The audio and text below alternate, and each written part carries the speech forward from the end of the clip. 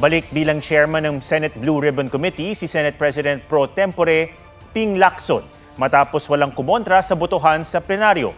October 6 nang magbitiw si Lacson bilang committee chairperson dahil umano sa mga pahayag ng ilang senador sa takbo ng imbestigasyon sa mga flood control project. Ang pagdinig dyan itutuloy na sa Biyernes. Iimbitahan raw at pahihintulutang dumalo si dating Congressman Zaldico kahit via video conferencing.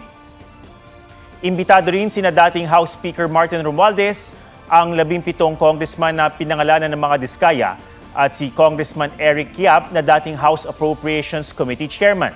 Samantala, ang nadadawit din sa maanumalyang flood control projects na si dating Public Works Secretary Manuel Bonoan lumipad pa Amerika.